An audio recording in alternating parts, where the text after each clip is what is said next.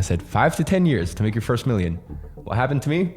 5 years. So I'm talking and I'm telling you guys from experience. So going back to my main point, the trajectory, whether it's now or 100 years ago, I believe that if you are young, and when I say young, I mean really below the age of 23, the trajectory has always been very clear. First, you are an apprentice. You are a sponge. You're learning as much as you can. You're absorbing everything. And then you can become the master. Now, let me tell you something. These days, we rarely have apprenticeships. We have internships. And there's a big difference. When you're an intern at a big company, I've even had friends of mine, especially when I was younger, friends of mine that were my age, obviously, for me, by the age of 21, I was making millions and millions of dollars a year. But my friends that I grew up with were looking at internships and they were telling me, oh, what internship do you recommend and this and that?